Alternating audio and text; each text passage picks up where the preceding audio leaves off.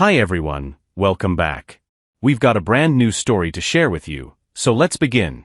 Sometimes the worst betrayal gives you the greatest gift, your freedom. My name is Charles, and this is the story of how my wife's affair finally gave me the courage to chase the life I'd always wanted, while she was busy living hers with someone else. Rachel and I got married 4 years ago through matchmaking. My aunt knew her family, thought we'd be a good match on paper, both college-educated, similar backgrounds, stable careers. We were both approaching 30 and tired of the dating scene, so an introduction seemed practical. Looking back, that should have been the first red flag. Marriage should be about love, not convenience. The wedding was beautiful, our families were thrilled, and for about 6 months, we played house like newlyweds are supposed to.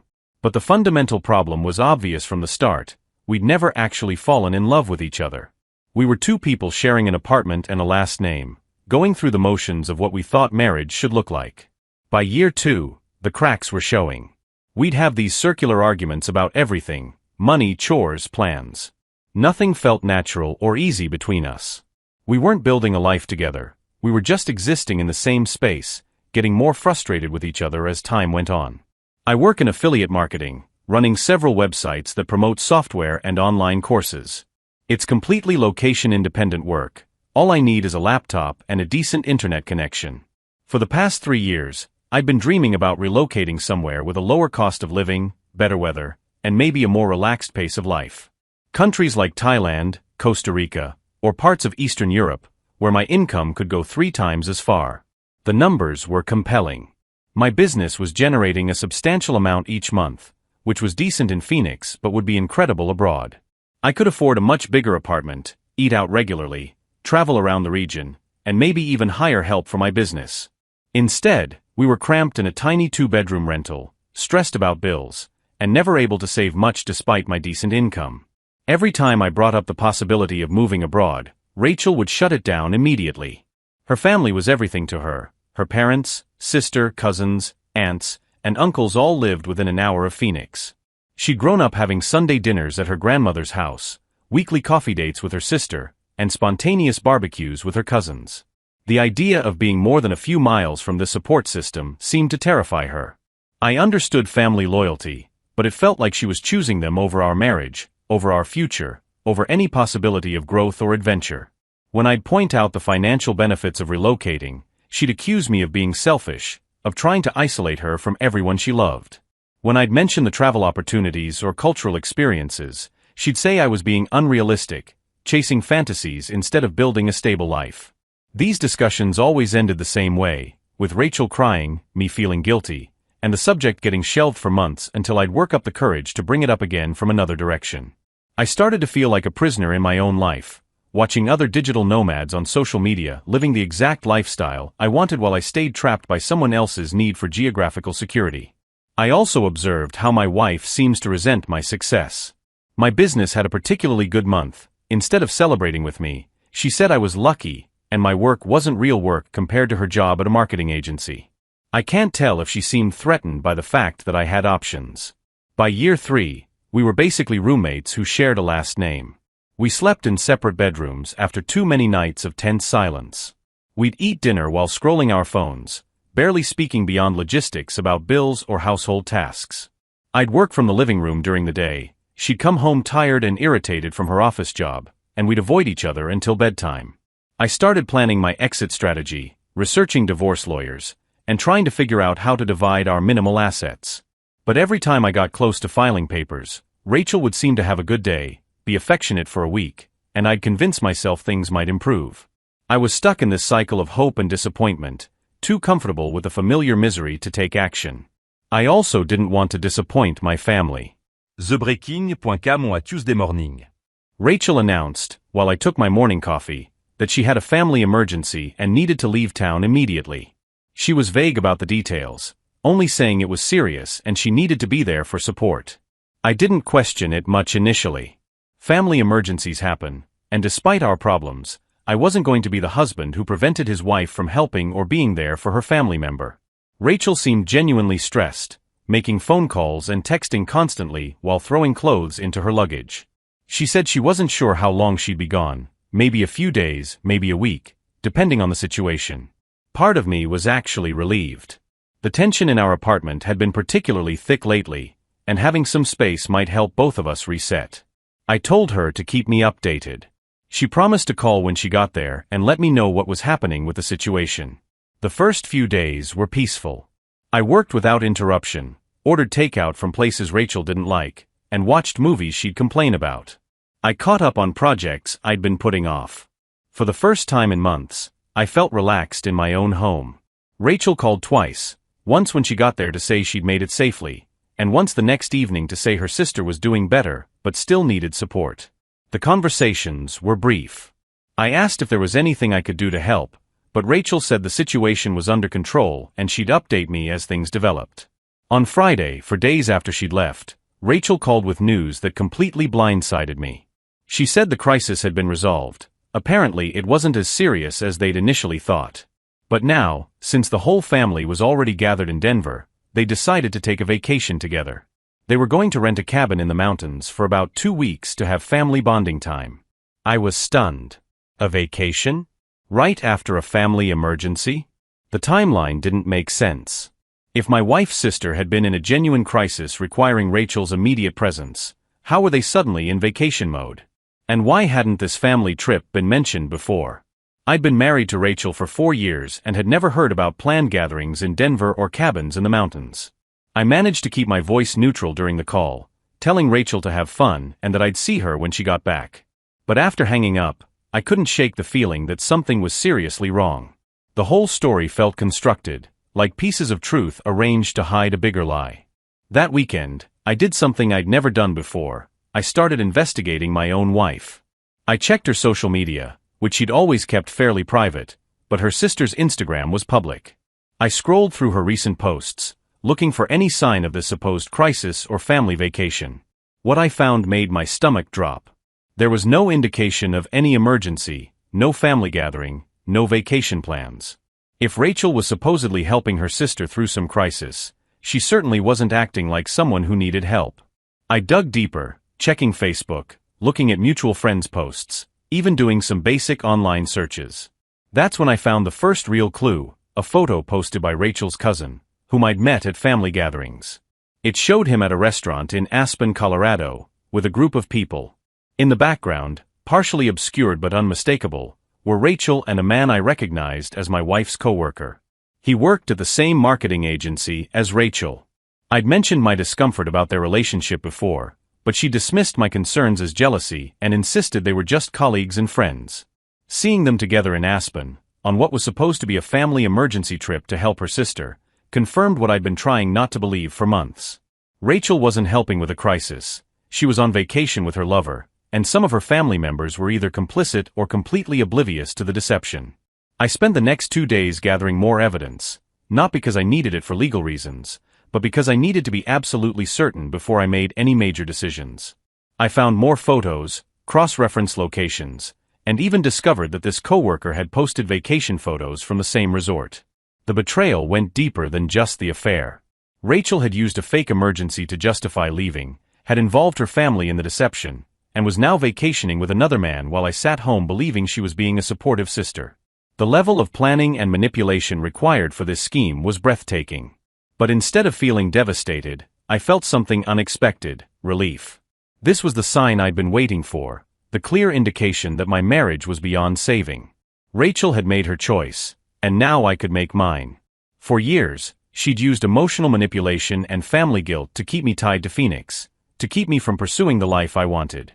She'd made me feel selfish for wanting to move abroad, made me prioritize her comfort over my dreams.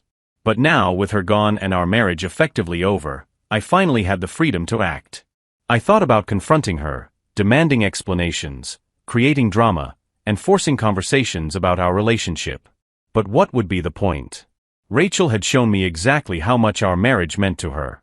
Instead of wasting energy on someone who'd already chosen someone else, I decided to use this time to choose myself. That Sunday night, I made a decision that would change everything. If Rachel wanted to abandon our marriage for another man, I would abandon our shared life for the future I'd always wanted. She'd given me the perfect opportunity, time, freedom, and moral justification to finally pursue my dreams without guilt or negotiation. I started planning immediately. Rachel was supposed to be gone for another week, which gave me limited time to execute a complete life change. I'd been planning relocation for years, so I knew exactly what needed to happen. The difference now was that I didn't need anyone's permission or approval. On Monday morning, I thought about calling a divorce lawyer and scheduling a consultation for that afternoon, but I changed my mind. Since we had no children and minimal shared property, the process would be relatively straightforward. Next, I started liquidating everything I didn't absolutely need. I posted everything on Facebook Marketplace, Craigslist, and OfferUp.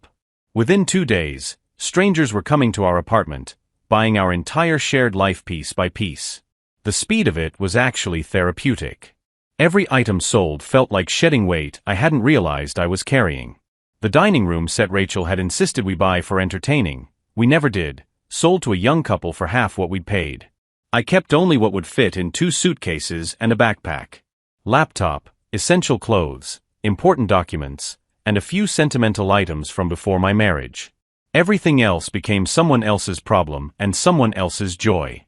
While selling furniture, I was simultaneously handling financial logistics. I closed our joint checking and savings accounts, withdrawing my half and opening new accounts solely in my name. I converted most of my savings to cryptocurrency, Bitcoin and Ethereum that I could access from anywhere in the world without dealing with international banking complications. The business transition was straightforward since everything was already in my name.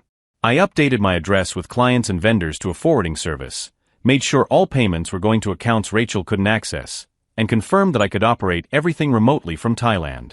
By Wednesday, our apartment looked like we were moving out. By Friday, it looked like we'd been robbed. I'd sold or donated almost everything, kept the essentials in storage, and booked a one-way ticket to Bangkok with a connection to Chiang Mai. My flight was scheduled for Sunday, the day before Rachel was supposed to return from her family vacation. The logistics were surprisingly simple once I committed to the decision. Years of research and planning meant I knew exactly which visa to apply for, which neighborhoods in Chiang Mai had good internet and reasonable rent, and which airlines had the best routes to Thailand. I'd been preparing for this move for so long that executing it felt like finally pressing play on a video I'd paused years ago. Friday evening, I walked through our nearly empty apartment one last time. The walls were bare, the rooms echoed, and most of our shared memories had been sold to strangers. I felt no sadness, no regret, just anticipation for what came next. I left Rachel's belongings, her clothes, personal items, anything clearly hers, neatly packed in boxes in a storage facility.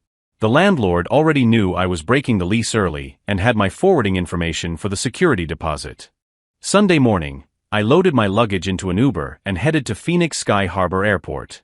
As we drove through the city I'd called home for 4 years, I tried to feel nostalgic or sentimental about leaving. Instead, I felt like someone who'd been holding their breath underwater and was finally swimming to the surface. The flight to Bangkok was long but exciting. I'd booked business class using points I'd been saving for years. For 14 hours, I read books about Thai culture, planned my first week's itinerary, and thought about the business opportunities one might explore in Southeast Asia. I landed in Bangkok on Tuesday morning. Chiang Mai exceeded my expectations immediately. The cost of living was even lower than I'd researched, the internet was fast enough for all my business needs, and the weather was perfect. By the next day, I found a beautiful one-bedroom apartment in the Niman area for less than I'd been paying for utilities back in Phoenix. 3 days later, I was setting up my workspace in a local cafe when I got the first contact from Rachel. She'd found me on Instagram, the only social media account I hadn't deleted or blocked her from yet. Her message was exactly what I'd expected, a mix of shock, anger, and demands for explanations. She wanted to know where I was and why she couldn't get access to our house. She had no idea where I was, but she felt I was running away from our family problems instead of working through them. She demanded that I come back immediately so we could talk like adults about our issues. I read her message while sitting in a Thai cafe. Her words felt like they were coming from a different universe, a place I'd escaped from rather than a life I'd left behind. My response was brief and practical. I told her where her remaining belongings were stored, gave her the contact information for the storage facility, and explained that she'd need to handle the lease termination with our landlord. I mentioned that I'd left information about dividing our remaining shared assets with my lawyer and that she could contact him directly. I didn't explain my reasons for leaving, didn't justify my decisions, and didn't engage with her emotional appeals or accusations. After 4 years of having every choice scrutinized and every dream dismissed, I wasn't interested in defending my right to pursue happiness. She responded immediately with a longer message, this time trying guilt and manipulation. She never mentioned that she was on a trip with another man. One thing she said was that we could work through our problems if I'd just come home and talk. But it was too late. I'd already tasted freedom, already experienced what it felt like to make decisions based on my own happiness rather than someone else's comfort. I'd remembered who I was before I'd started compromising every dream for the sake of a marriage that was never really working. I blocked her number and her social media accounts. Rachel had already made her choice when she planned that elaborate deception to vacation with another man. I was simply making mine. 6 months later, I'm still in Thailand, and it's everything I'd hoped for and more. My business has actually grown since relocating. The lower cost of living means I can reinvest more profits, and the time difference works well for client calls with both American and European markets. I've made friends with other expats, learned basic Thai, and explored temples and national parks I'd only seen in photos before. I live in a beautiful apartment that costs less than I used to spend on groceries in Phoenix. I eat amazing food, get massages that cost $5, and work from cafes and co-working spaces filled with like-minded people building location-independent careers. Most importantly, I wake up every day excited about my life instead of dreading another day of tension and compromise. I make decisions based on what I want rather than what someone else will tolerate. I'm building the life I always knew was possible, but had convinced myself was selfish to pursue. I heard through mutual friends that Rachel is divorcing me, but does it matter? I don't know if she had struggles adjusting without me. I just feel grateful that her betrayal finally gave me permission to stop waiting for someone else's approval to live my own life. Sometimes the worst thing that happens to you turns out to be the best thing that could have happened. If you're in a relationship where you're constantly deferring your dreams for someone who doesn't share them, where you're making yourself smaller to avoid conflict, where you're accepting betrayal because confrontation feels harder than continuation, consider that maybe the problem isn't your dreams, it's your situation. Everyone deserves a partner who celebrates their ambitions rather than limiting them, who sees their happiness as a priority rather than a threat, who chooses them consistently rather than looking for alternatives while keeping them as backup. I'm not saying everyone should pack up and move to Thailand, but everyone should feel free to pursue the life that makes them excited to wake up each morning. Don't wait for permission from someone who's already decided you're not their first choice. Sometimes the best response to betrayal isn't confrontation or forgiveness, it's freedom.